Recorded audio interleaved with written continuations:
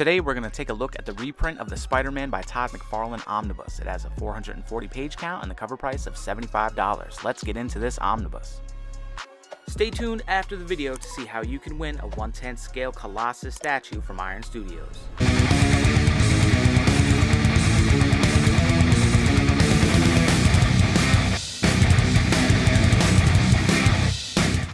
Before we hop right into this book, do me a favor, if you aren't already subscribed to the channel, hit the like button. If you do, this is a reprint that I've been looking forward to for a long time. It's been out of print for a while. Finally got the reprint and I'm so happy. This is just an iconic book, as it says here, the little quote up here, that Todd McFarlane's Spider-Man #1 changed the industry. Comic books would never be the same again, from Comics Alliance, which is so true about this run here from Todd McFarlane. We'll get into it a little bit more later in the video. Of course, I had to go with the Spider-Man and Wolverine DM variant dust jacket cover. There are 3 covers altogether. There's like an issue #1, and then there's a black suit Spidey. And then you get this nice wraparound cover with Spider-Man here. The reprint is basically identical to the old one. It's just the colors are a little more vibrant, and I would say the binding is a little tighter. Inside the dust jacket, you get a kind of backstory here on the left, and on the right, as usual, you get a little history on the creators in the background. You got these black bookend pages, this great red-looking Spider-Man picture there. You get the table of contents here and the creators, and there it is, Spider-Man #1, one of the comics that basically changed history of comics forever. Also one of the most sold comic issues of all time, which I believe now X-Men #1 still holds down the reins as the most selling issue of all time. I'm pretty sure about that. But you get into the Torment here. Great artwork from Todd McFarlane. The dialogue throughout this book is kind of iffy. Todd was kind of just getting his swing of things, but you gotta love all of the classic Spidey artwork throughout here. The way he does the webbing is some of my favorite of all time. It just looks so rope-like, and it's coming right at you in different pages. Like, the way that he did the webbing for Spider-Man is the best of all time. It doesn't get any better than that. Man, just great picture of Spider-Man there. But this run was just classic, man. McFarlane, he added in all these characters. It's basically, it gave way to like how creators are nowadays. Because at the time, Marvel really wanted Todd McFarlane to kind of adjust and be like the old ways of how they did comics, but he didn't want to do that. He wanted to do these crazy scenes, these panels where just everything was popping off the pages, ropes coming out everywhere, Spider-Man, just the way that he was always drawn and the way that he moved on the pages was spectacular. But Marvel really wanted to be more of the older ways of how he was. You know, there was a couple of ongoing titles of Spider-Man at the time. Todd was an upcoming artist, so Marvel decided to give Todd McFarlane his own Spider-Man run. That's why it's not The Amazing Spider-Man, it's just Spider-Man. So he did this and just pretty much said screw you to Marvel and just did whatever the hell he wanted. He wrote these subpar stories for the most part, but I mean, look at Hobgoblin there.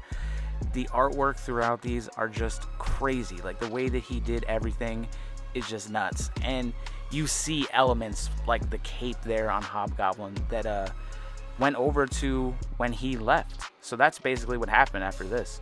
Soon after this run of Spider-Man, McFarlane kind of, you know, he had enough of people telling him what to do, so he figured, I will just start my own thing. So that's when Image Comics was born, because he didn't really want to, you know, fold to the way that Marvel was doing things. He wanted to do what he wanted to do, and that's exactly what he was gonna do.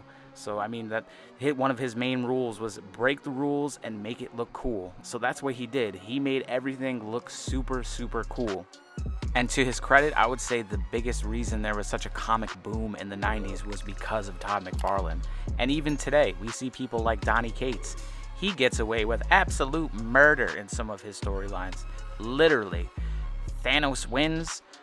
Oh, the Cosmic Ghost Rider. I mean, he's just changing Frank Castle into the Cosmic Ghost Rider. Like, he gets away with such craziness, and I believe that's all due to how Todd McFarlane changed everything back in the day.